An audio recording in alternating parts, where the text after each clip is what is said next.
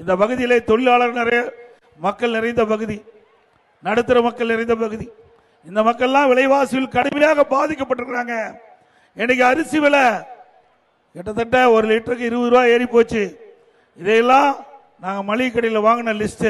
உளுத்த பருப்பு 1 கிலோ 79 ரூபா, அதிமுக ஆட்சி, திமுக ஆட்சியில் 120 ரூபா, 1 கிலோ 41 ரூபா. இது எதற்காக நான் இந்த நேரத்தில் வாசிக்கிறேன் என்று சொன்னால், அதிமுக ஆட்சியில் விலைவாசி கட்டுப்பாட்டுக்குள் வச்சிருந்தோம். திமுக ஆட்சியில விலைவாசி விண்ணை முட்டுகிட்ட அளவுக்கு உயர்ந்திருக்குது. இதை கட்டுப்படுத்த இந்த அரசினால் திறமை இல்லை. இதனால் ஏழை மக்கள், நடுத்தர மக்கள் கடுமையா பாதிக்கப்பட்டிருக்கிறாங்க.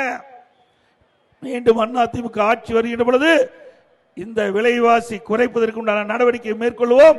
இதே அனைத்து இந்திய அண்ணா திராவிட முன்னேற்ற கழக அரசுகின்ற பொழுது விலை கட்டுப்பாட்டு நிதி என்ற ஒரு நிதியை 100 கோடி ரூபாய் ஒதுக்கி வச்சு, எந்த உணவுப் பொருள் விலை ஏறுகிறதோ அந்த உணவுப் பொருள் வெளி மாநிலத்தில் குறைத்த விலைக்கு வாங்கி தமிழ்நாட்டுக்கு கொண்டு வந்து கூட்டுறவுத்துறை மூலமாக அதை விலைவாசியை கட்டுப்படுத்தக்கூடிய ஒரு அரசாக அதிமுக அரசு இருந்தது. இதனால் ஏழை மக்கள், நடுத்தர மக்கள் பாதிப்புக்குள்ளாகாமல் பாதுகாக்கப்பட்ட அரசு அதிமுக அரசாங்கம்.